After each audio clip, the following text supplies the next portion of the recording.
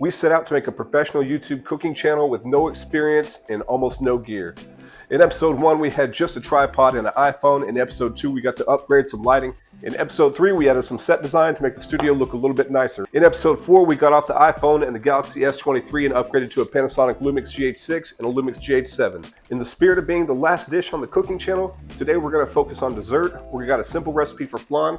Let's take a look at it. For today's recipe, you're going to need 1 cup of sugar for the caramel, a can of sweetened condensed milk, evaporated milk, a teaspoon of pure vanilla, and 3 eggs.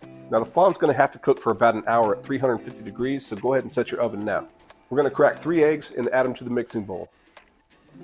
Let's open up our sweetened condensed milk and our evaporated milk. Add 1 teaspoon of vanilla. Make sure the ingredients are well mixed. Fill a second bowl halfway up with water and carefully put the flan mixture inside the water bowl. Put the bowl in the middle rack of the oven and let it cook for 60 minutes. After about an hour, pull the flan from the oven. Go ahead and put the flan in the fridge for about 4 hours to cool off.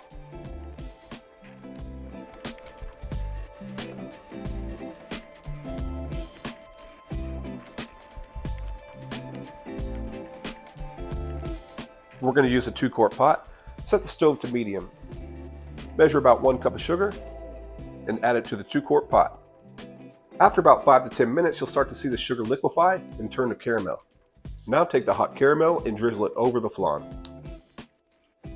Well, that's going to be it for the cooking channel niche. In the next episode, we're going to be back in the studio talking about the next niche we're going to be covering.